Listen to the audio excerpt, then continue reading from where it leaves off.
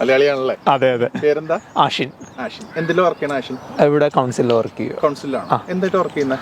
അവിടെ സീനിയർ മാനേജറാണ്. കൗൺസിലിൽ സീനിയർ മാനേജർ. അതായത് കമ്മ്യൂണിറ്റി ഹെൽത്ത് എക്യുപ്മെന്റ് സർവീസ് എന്ന് പറഞ്ഞൊരു സെക്ഷനുണ്ട്, അവിടെ സീനിയർ മാനേജറായിട്ട് വർക്ക് ചെയ്യണം. ഓക്കെ. എങ്ങനെയാ അത് കിട്ടിയത്? ഈ ജോലി എങ്ങനെ കിട്ടിയത്? അത് ആസ് യൂഷ്വൽ കുറേ ജോബിൽ അപ്ലൈ ചെയ്തു, ഇൻഡീഡിലും എല്ലാത്തിലുമായിട്ട്. ഇപ്പോൾ ഇൻഡീഡിലായിരുന്നു ആദ്യം ഇതിൻ്റെ അഡ്വർടൈസ്മെൻറ്റ് കണ്ടത്. കയറിയപ്പോൾ കസ്റ്റമർ സർവീസ് ആയിട്ടായിരുന്നു കയറിയത് ആ സമയത്ത്. പക്ഷെ അതിലും നമ്മൾ മറ്റേ GOV ജോബ്സ് ഉണ്ടല്ലോ ഗവൺമെൻറ്റിൻ്റെ, GOV.UK, അതിലേക്ക് നമ്മൾ നേരെ റീഡയറക്റ്റ് ചെയ്യും ഇൻഡീഡിലാണെങ്കിൽ പോലും. പിന്നെ അതിൽ കയറി കസ്റ്റമർ സർവീസിലാണ് ആദ്യം കയറിയത്.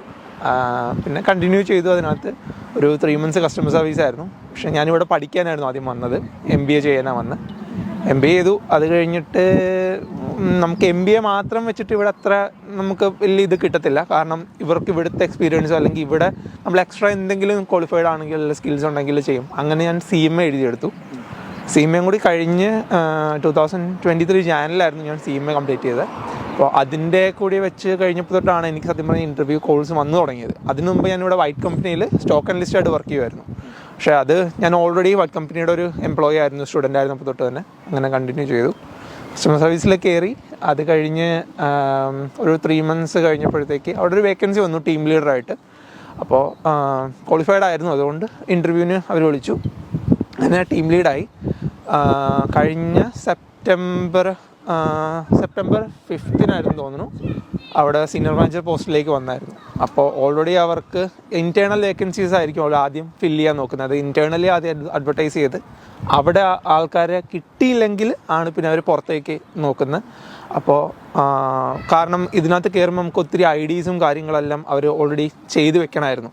സോ പുറത്തുനിന്നൊരു എക്സ്റ്റേണൽ ആളെടുക്കുമ്പോൾ എക്സ്ട്രാ ചെയ്യുമ്പോൾ അതിൻ്റെ ടൈം പീരീഡ് ഭയങ്കര ലാഗാണ്. ഒരു ID കയറി കിട്ടിയാൽ പിന്നെ നിങ്ങൾക്ക് ഒരു സ്റ്റെപ്പ് ചെയ്ത് കയറാൻ പറ്റും. പക്ഷെ നമുക്ക് വേക്കൻസീസ് വേണം. എങ്ങനെയായിരുന്നു അതിൻ്റെ ഒരു ടൈം പീരീഡ്? എങ്ങനെയായിരുന്നു? ഇപ്പോൾ ഒരു നല്ല പൊസിഷനിലാണല്ലോ ഇരിക്കണം, അതിൻ്റെ ഒരു ടൈം പീരീഡ് എങ്ങനെയായിരുന്നു? എൻ്റെ ഇപ്പോൾ ഞാൻ സീനിയർ മാനേജർ ചെയ്ത് ഒരു 9 months എന്ന് വേണമെങ്കിൽ പറയാം. എനിക്ക് അത്രയും കിട്ടി. പക്ഷെ അത് ലക്കായിരുന്നു. ഡിപ്പെൻസ് ആണ്. കാരണം ഒരു വേക്കൻസി ക്രിയേറ്റ് ആയാലാണ് നമുക്ക് അതിനകത്തേക്ക്, കാരണം എൻ്റെ കൂടെ കയറിയ ഒരാളിപ്പോഴും അതിൽ തന്നെ ഉണ്ട്. പക്ഷേ അയാൾ ട്രൈ ചെയ്യാഞ്ഞിട്ടാണ് എന്ന് ഞാൻ പറയത്തുള്ളൂ. കാരണം ആൾ അപ്ലൈ ചെയ്തിരുന്നെങ്കിൽ ചിലപ്പോൾ കിട്ടിയേനെ, കാരണം എന്നെക്കാളും സീനിയർ ആയിരുന്നു ആൾ. പക്ഷേ എന്തോ ആൾ ചെയ്തില്ല, എനിക്ക് ചെയ്യാൻ തോന്നി. അങ്ങനെ ഈ കൗൺസിലിൽ ജോബ് ഓപ്പർച്യൂണിറ്റി എങ്ങനെയുണ്ട്? ഒരു നല്ലൊരു മേഖലയാണല്ലോ, എങ്ങനെയുണ്ട് ജോബ് ഓപ്പർച്യൂണിറ്റീസ്? ഫസ്റ്റ് നമ്മുടെ നാട്ടിലെ പോലെ തന്നെയാണ്. കയറിയ ആൾക്കാർ ഇറങ്ങാൻ നല്ല മടിയുണ്ട്. കാരണം നമുക്ക് നല്ല കംഫർട്ടബിൾ ആക്കി വെക്കും. കാരണം ഞാൻ വർക്ക് ചെയ്യുന്ന ഡിപ്പാർട്ട്മെൻറ്റ് എന്ന് പറഞ്ഞാൽ മിഡ്സെക്സ് സൗത്ത് NHSൻ്റെയും കൂടി ഹെഡാണ് ഞങ്ങൾ. അപ്പോൾ അവർക്കും കൂടി സപ്പോർട്ട് ചെയ്യുന്നതുകൊണ്ട് നമുക്ക് NHS ബെനിഫിറ്റ്സും കിട്ടും, കൗൺസിൽ ബെനിഫിറ്റ്സും കിട്ടും. സോ ഇങ്ങനെ ഒരു സംഭവം കിട്ടുന്ന കാരണം കയറിയ ആൾക്കാർ ഇറങ്ങില്ല. കൂടി വന്നാൽ തന്നെ അവർ കവർ ചെയ്യാൻ നോക്കുന്നത് ഫിക്സഡ് ടൈം കോൺട്രാക്റ്റ് ആയിട്ടാണ്. അതായത് ഇപ്പോൾ മെറ്റേണിറ്റി കവർ അല്ലെങ്കിൽ അങ്ങനെയുള്ള കവറിലേക്ക് മാത്രമേ. അപ്പോൾ ഫിക്സഡ് ടൈം ആയതുകൊണ്ട് ആൾക്കാർ കയറും, പക്ഷേ ചിലപ്പോൾ ആ ഒരു ടൈം കഴിയുമ്പോൾ പോകേണ്ടി വരും. അല്ലെങ്കിൽ ആ സമയത്ത് ഒരു വേക്കൻസി ക്രിയേറ്റ് ആയാൽ ചിലപ്പോൾ അവർ വേണേൽ അടുത്തതിലേക്ക് പുഷ് ചെയ്ത് വിടാം. ബെനിഫിറ്റ്സ് എങ്ങനെയുണ്ട്? ബെനിഫിറ്റ്സ് നല്ലതാണ്. കാരണം നമുക്കിപ്പോൾ വീട് അല്ലെങ്കിൽ എന്താ പറയുക അങ്ങനെയുള്ള കാര്യങ്ങൾക്കാണെങ്കിലൊക്കെ നമുക്കൊരു NHS എംപ്ലോയി എന്നുള്ള കുറച്ച് ബെനിഫിറ്റും കിട്ടും.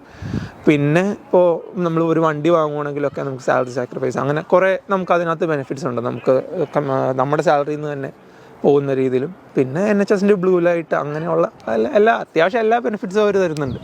എന്താണ് ഇങ്ങനത്തെ ഒരു കൗൺസിലിൽ ജോലി അന്വേഷിക്കുന്ന കുട്ടികളോട് എന്താ പറയാനുള്ളത്? കിട്ടാൻ ബുദ്ധിമുട്ടാണോ അല്ലെങ്കിൽ എങ്ങനെ ട്രൈ ചെയ്യണം, എന്താ പറയാനുള്ളത്? ട്രൈ ചെയ്യണം, തീർച്ചയായിട്ടും ട്രൈ ചെയ്യണം. കാരണം ഒന്ന്, നമ്മളിവിടെ കഷ്ടപ്പെട്ട് പഠിച്ച് ഇവിടെ വന്നിട്ട് ഇതുപോലൊരു സെക്യൂർ ജോബിലേക്ക് നോക്കാനായിട്ട് എല്ലാവർക്കും ആഗ്രഹമുണ്ട്. തീർച്ചയായിട്ടും ട്രൈ ചെയ്തുകൊണ്ടിരിക്കുക. ഞാൻ ഒരു തവണ ട്രൈ ചെയ്തപ്പോൾ കിട്ടിയ ആളല്ല, ഞാൻ 2021 വന്ന ആളാണ്. എനിക്ക് ജോബ് ഇപ്പോൾ ഇതുപോലൊരു ജോബ് കിട്ടണത് എനിക്ക് 2023. സോ ഒരു 2 വർഷം ഇതിൻ്റെ പുറകെ നടക്കേണ്ടി വന്നു. പക്ഷേ ട്രൈ ചെയ്തുകൊണ്ടിരിക്കുക, കിട്ടും, കിട്ടാതിരിക്കില്ല.